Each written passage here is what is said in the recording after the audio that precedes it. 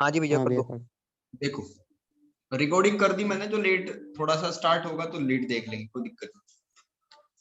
सबसे पहले हमने क्या पढ़ा था इसमें, डिग्री के बारे में जाना था, है ना।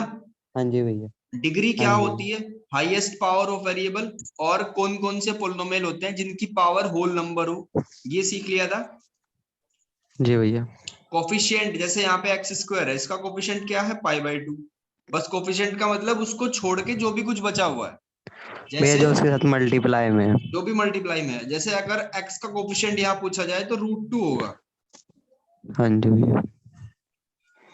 डिग्री ऑफ पोलिनोमियल बतानी है, तो पहले वाले में 3 डिग्री है, दूसरे वाले में यहाँ 2 डिग्री है, और यहाँ वो वेरिएबल ही नहीं है, तो इसका मतलब इसकी डिग्री 0 है। 0 है भैया, जिसमें उसके साथ वेरिएबल ना हो कांस्टेंट के साथ, तो भैया उसकी डिग्री डिग्री 0 0, होती है। बिल्कुल ठीक। ठीक है भाई। और आगे बढ़ते हैं। और भैया जिसके साथ वेरिएबल है उसके साथ 1। हाँ, जिसके साथ मान लो अगर इसी के साथ में x होता, तो x की पावर फिलहाल यहाँ कितनी है, 1 है।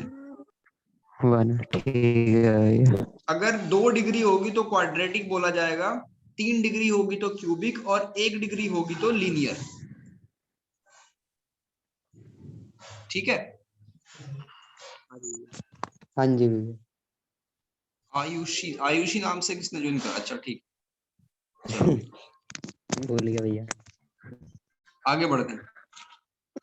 2.2 2.2 में हमने सिर्फ इतनी बात सीखी कि x की जगह 0 पुट करके कुछ सोल्व करके जो आएगा वही आपका आंसर होगा बस। हाँ जी भैया। जैसे इसमें 0 पुट कर दिया तो 3 आंसर आया, बस यही करना है और कुछ नहीं करना आपको।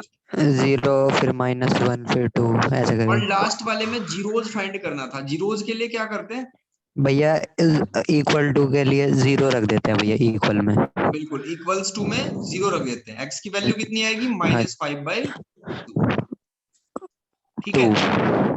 हाँ जी भैया। रिमाइंडर थ्योरम क्या थी, रिमाइंडर थ्योरम में हमने ये सीखा था कि हम लॉन्ग डिवीजन मेथड ना करके एक शॉर्ट ट्रिक करते हैं।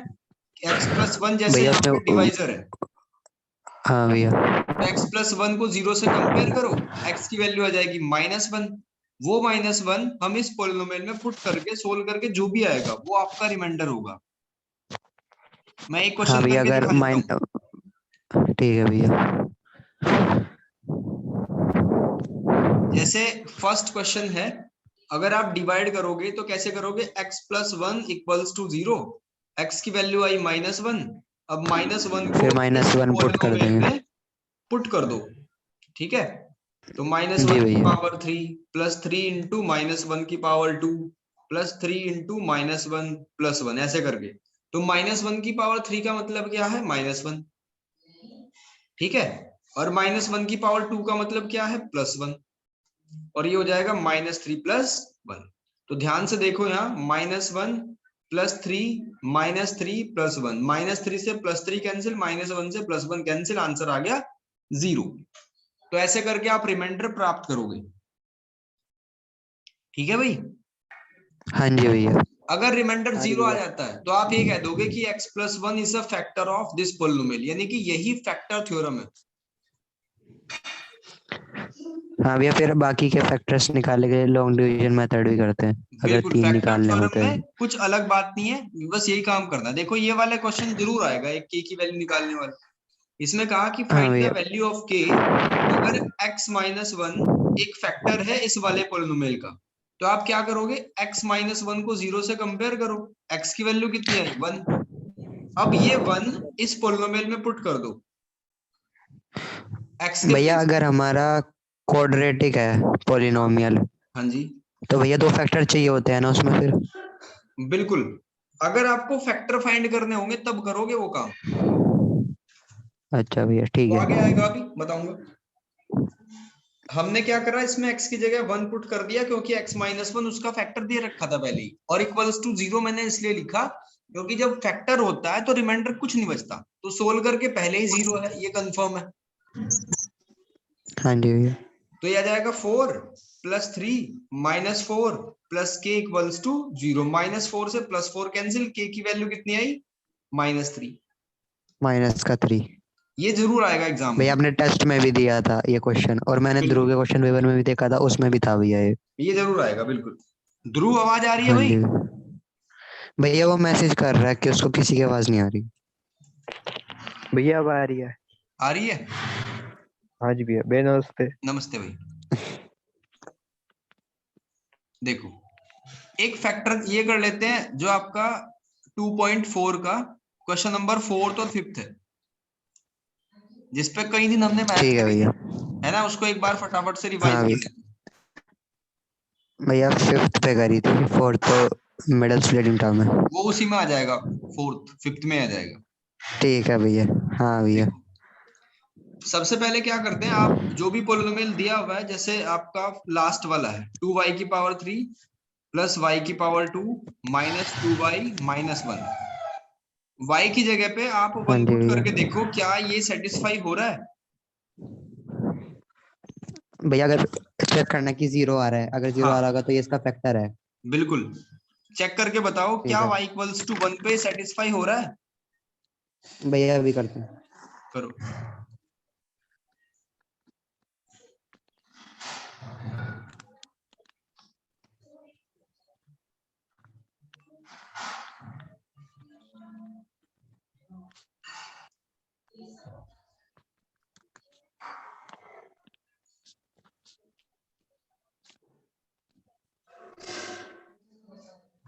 देखो सिंपल है, आप 1 डाल दो यहाँ पे, 1 की पावर कुछ भी हो, क्या लिखोगे?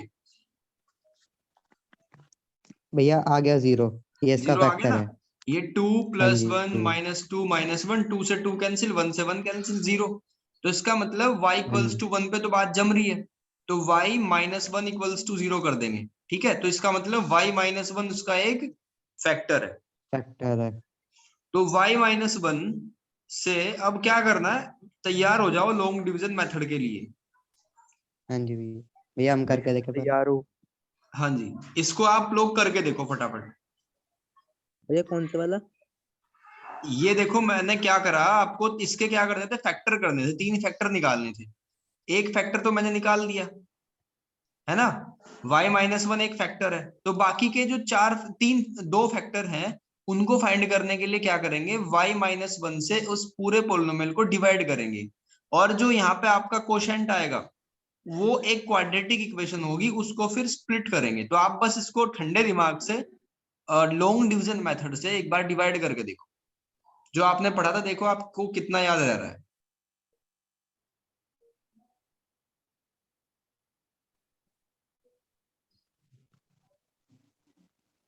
आयुषी आवाज आ रही है?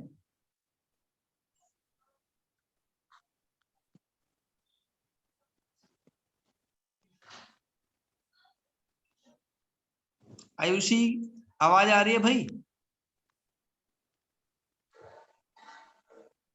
ध्यान लगा लिया?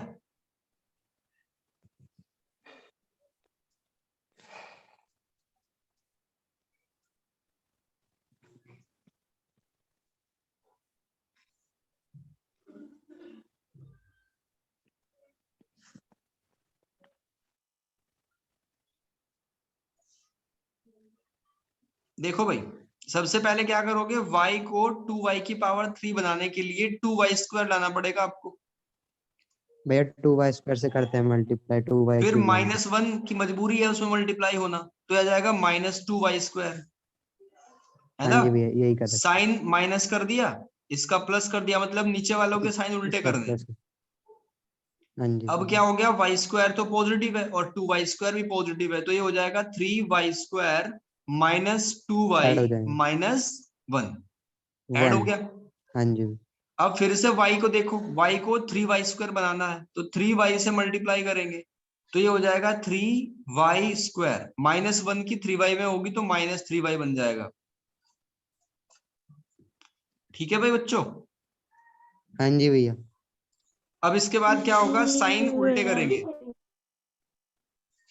कैंसिल हो गया, ये -2y है और ये +3y है, तो ये बन जाएगा y प्लस में -1।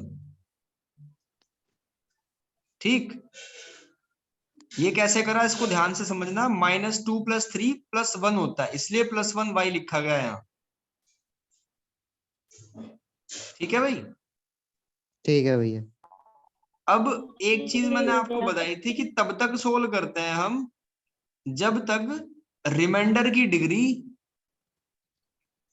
छोटी नहीं भैया हो जाती, उससे, हाँ भैया, है ना। जब तक बराबर या जिससे बड़ी हम, रहती है तब तक सोल्व करते हैं, जब ये छोटी हो जाएगी तब सोल्व नहीं करेंगे।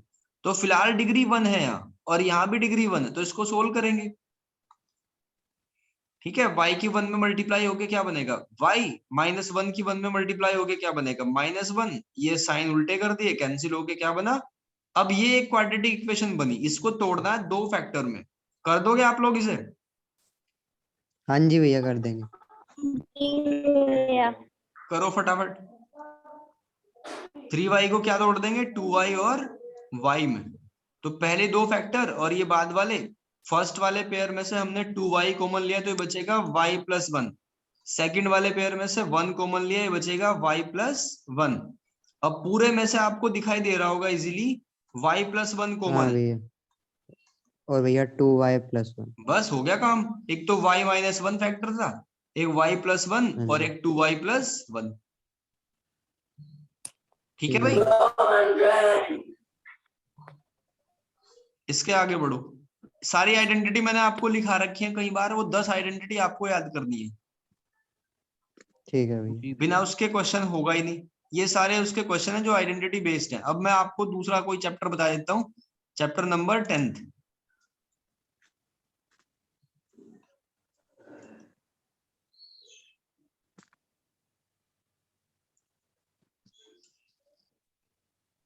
देखो भाई, सर्कल के बारे में हमने सबसे पहले तो बेसिक चीजें जानी थी, कोड क्या होता है, सेक्टर सेगमेंट क्या होता है, इंटीरियर एक्सटीरियर भैया चीजें क्या होती है। इनफाइनाइट। हाँ जी भैया। ठीक है, फिर इसके बारे में कुछ थ्योरम थी। पहली थ्योरम ये थी कि 10.1 equal code of a circle subtend equal angle at the centre, कि अगर कोड बराबर है तो सेंटर पे बराबर एंगल बनाएंगी, और अगर हाँ अगर जी भैया। कोड सेंटर के साथ में बराबर एंगल बना रही है, इसका मतलब वो लेंथ में बराबर है। तो इसकी दोनों ही बातें ध्यान रखनी है। ठीक है ठीक है, भैया। 10.1 स्टेटमेंट आपको ध्यान होना चाहिए, याद होना चाहिए। Equal code of a circle subtend equal angle at the centre. 10.2 का स्टेटमेंट क्या है, if the angle subtended by chord of a circle at the center are equal then chords are equal। अपनी लैंग्वेज में सोच के, जैसे दिमाग में फिगर क्लियर होगी ना तो वर्ड अपने आप आने शुरू हो जाएंगे।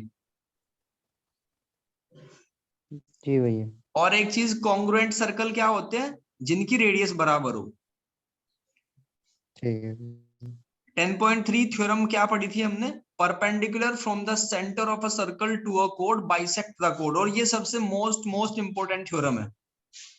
हाँ जी भैया, यह कोड 10.3 से बाइसेक्ट करती है, जो इक्वल कर देती है कोड। बिल्कुल, अगर ये एक सर्कल है और ये कोड है तो सेंटर से अगर परपेंडिकुलर डालोगे तो इसको 50-50 काट देगा। हाँ जी भैया। और इसका उल्टा, कि अगर एक लाइन सेगमेंट है वो 50-50 काट रहा है तो वो परपेंडिकुलर होगा। ये 10.4 है। भैया ये सबसे इम्पोर्टेंट है, 10.4 और 10.3। बिल्कुल, 3 और 4 सबसे ज्यादा इंपॉर्टेंट है। ये इन्हीं में से ही आएंगे ज्यादा क्वेश्चन, इन्हीं जो में सर से ही ने टिक आएंगे। भी करवा रखे हैं। बिल्कुल, क्वेश्चन इन्हीं से बनेगा। ठीक इसके है भैया। बाद ये वाली थ्योरम है 10.6 इक्वल कोड। देखो अब तक क्या पढ़ा, अगर कोड बराबर है तो बराबर एंगल बनाएंगी सेंटर पे, इतनी बात तो पढ़ ली। हाँ जी भैया। और हाँ अगर जी भैया। दूसरी थ्योरम ये है कि अगर कोड बराबर है तो सेंटर से इक्वी डिस्टेंस पे होंगी वो, ये 10.6 ने कहा। ठीक है, अब इसकी उल्टी बात क्या होगी, कि अगर सेंटर से कोड इक्वी डिस्टेंस पे है, इसका मतलब वो लेंथ में बराबर होंगी। 10.7 देखो, chords equidistant from the center of a circle are equal in length। बिल्कुल आसान काम है। 10.4 स्टार्ट हुई, इसमें आपको देखो क्वेश्चन नंबर 4 में बिल्कुल वही थ्योरम लग रही है। आप परपेंडिकुलर डालोगे बाइसेक्ट हो जाएगा, बड़े वाले में से छोटे वाले को माइनस कर देंगे, A B equals to C D आ जाएगा। 10.4 के क्वेश्चन की जरूर प्रैक्टिस करना एक बार दोबारा। भैया एक हाँ जी, सेकंड, एक क्वेश्चन था। हाँ पूछो। भैया आपने इसमें 6th क्वेश्चन में से एक इक्वेशन सी दी थी, उसमें बोला था कि एक्स फाइंड करके लाना है, तो भैया वो हुआ नहीं, बता दो फिर वो। अच्छा, वो किसी से भी नहीं हुआ क्या भाई? पता नहीं नहीं भैया, भैया। मेरे से तो हुआ नहीं। भैया चलो मैं मैं बोल दोबारा देता हूँ क्या था। दोबारा कराता हूँ उसको, कोई बात नहीं। भैया बोलूं? मैं पूरा क्वेश्चन ही एक बार यहाँ पे लिख देता हूँ, फिर उसके बाद आप इक्वेशन बताना। ठीक है ठीक है भैया। भैया।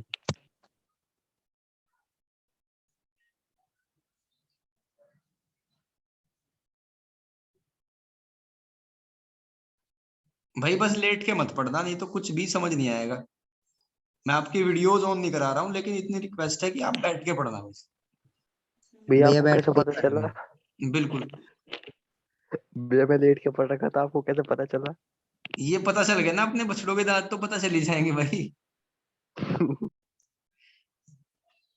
ठीक है, देखो, a circular park of radius 20 metre. एक सर्कल बनाते हैं।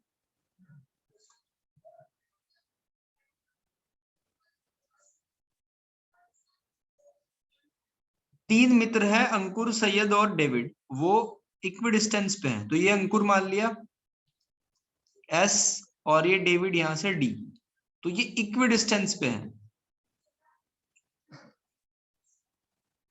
ठीक है, ऐसा डायग्राम बना, और इनकी रेडियस कितनी है भाई?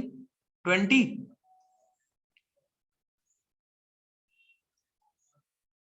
रेडियस है। जी भैया। और मैंने क्या कहा था आपको कि एस से डी तक की लेंथ को 2x ले लो, क्योंकि वो सब बराबर ही है। ठीक, फिर आपने एक परपेंडिकुलर ड्रॉ करा था यहां से। अब परपेंडिकुलर ड्रॉ कर दिया, तो कोड पे अगर सेंटर से एक परपेंडिकुलर ड्रॉ करते हो तो वो क्या काम करेगा? भैया कहाँ से? अगर सेंटर से कोड पे एक परपेंडिकुलर ड्रॉ करते हो तो क्या करेगा वो? भैया वो बाइसेक्ट कर देगा इक्वल पार्ट। बहुत बढ़िया, तो उसने क्या कर दिया? बाइसेक्ट कर दिया। ठीक है भाई, भैया फिर दोनों ये, भैया इसका कुछ नाम दे दो भैया। हाँ, इसका नाम दे दिया, ये लो ओ, और ये पी। ठीक है, हाँ जी भैया। तो फिर भैया मैंने ये आपको एस पी ट्रायंगल, एक्स हो गए और पी डी एक्स हो गए। बिल्कुल, मैंने आपको एक ट्रायंगल कट करके बताई थी, और ट्रायंगल कट करके ओपी आ गया था हमारा 400 माइनस एक्स स्क्वायर। हाँ भैया। ठीक, फिर मैंने बड़ी वाली भैया ट्रायंगल कट एस क्यू करके समझाया ट्रायंगल। था। ठीक है, हाँ जी भैया। बड़ी वाली ट्रायंगल एपीएस जो थी, ध्यान से समझना, एपीएस में 2x तो इसका हाइपोटेनस है, और बेस x है, हाँ जी। तो एपी आ गया था यहां से। एपी आया था आपका 3x स्क्वायर में भी। हाँ जी भैया यही था। भैया इसको ए, आपने रूट 3x बताया था। हाँ जी, एपी स्क्वायर आया था आपका 3x स्क्वायर। तो अगर एपी हाँ जी। निकालेंगे तो वो कितना आ जाएगा? x अंडर रूट 3, इतना आया था। और फिर हमने ध्यान से सोचा कि ए से पी तक की जो लेंथ है वो किससे मिलके बनी हुई है? ओ ए और ओपी से, हाँ भैया। है ना? ओ ए कितना है? 20, और ओपी तो अभी निकाला हमने 400 माइनस एक्स स्क्वायर, और ये रूट 3x है। हाँ जी भैया भाई यहां तक किसी को कोई यही। दिक्कत है तो पूछ लो। नहीं भैया। नहीं भाई। भैया। चलो, अब इसकी कैलकुलेशन को करते हैं।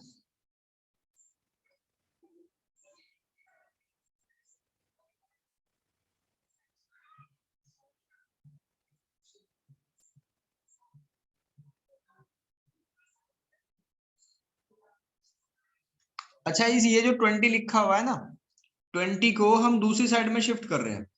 इधर 400 माइनस एक्स स्क्वायर ही रहने दो, 400 minus x square x square. Root 3x minus 20, इतना लिख दिया।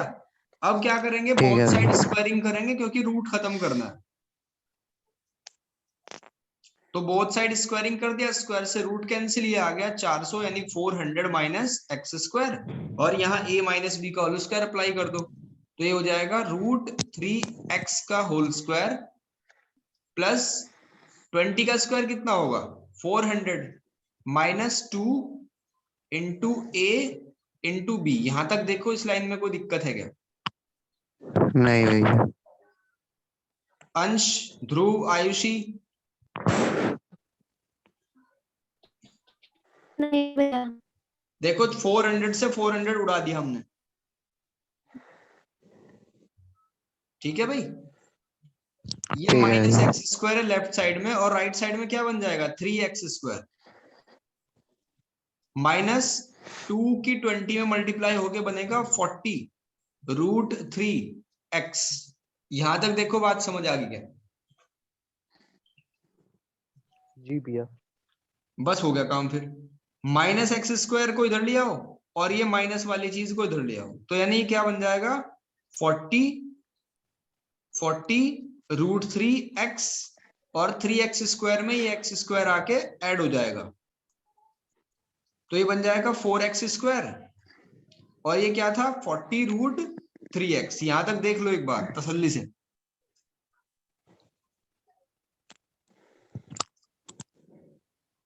ठीक है भाई। भैया ये क्या लिखा आपने? 40√3x equals to 4x²। भैया इससे ऊपर। इससे ऊपर वही है 3x² + x²। ठीक है भैया। ठीक, देखो 4 से 40 कैंसिल हो जाएगा ना 10 बार, और x, एक x से एक x कैंसिल हो जाएगा, तो लेफ्ट हैंड साइड में बचा 10√3 और राइट हैंड साइड में बचा x। तो आपने x की वैल्यू निकाल दी यहां से, कितनी आई 10√3। 10√3। अब डायग्राम में आओ वापिस। भाई जब x की वैल्यू 10√3 है तो पूरी साइड तो हमारी 2x के बराबर है ना। हाँ जी भैया। हाँ जी भैया। तो कितना आ जाएगा 20√3। ये आंसर आ गया। उससे मल्टीप्लाई। ठीक है, वो ठीक जो है। फोन खेल लेते हैं, वो जो डोर थी वो 20√3 मीटर की थी। ये आंसर चेक करो। चेक कर लो।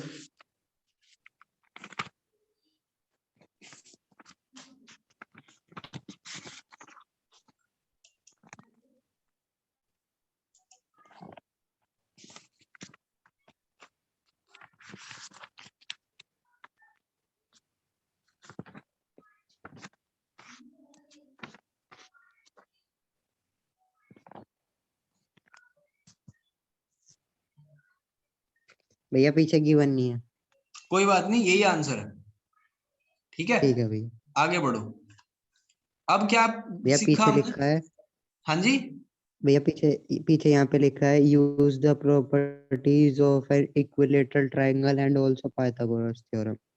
जी पाइथागोरस थ्योरम लग रही है इसमें, आराम से हो जाएगा 20√3। ठीक है, और भैया क्योंकि यहाँ पे लिखा है हाँ इक्विलेटरल ट्रायंगल की प्रॉपर्टी यूज करनी। हाँ बेटा, इक्विलेटरल ट्रायंगल की प्रॉपर्टी क्या होती है कि अगर एक साइड 10 है, सारी साइड 10 होगी। तो इसका मतलब अगर ये वाली साइड हमने 20√3 निकाल दी, तो इसका मतलब सारी साइड क्या हो जाएंगी 20√3। 20√3। ठीक है भैया। अब नेक्स्ट थ्योरम ने हमें सिखाया कि अगर सेंटर पे एंगल डबल बनेगा कंपेयर देन सरकमफ्रेंस की। और इससे नेक्स्ट ने सिखाया कि एक ही सेगमेंट में एंगल बराबर बनेंगे। कल भी ये बात पढ़ी थी हमने। हाँ जी भैया। और साइक्लिक क्वाड्रिलेटरल की क्या खूबी होती है कि अपोजिट एंगल का सम 180 होता है। जी भैया। और इसके ही सारे क्वेश्चन करे थे हमने 10.5 के। ठीक है भाई। ठीक है भैया। अब एक बार थोड़ा सा रिवीजन कर लेते हैं चैप्टर नंबर 8 का।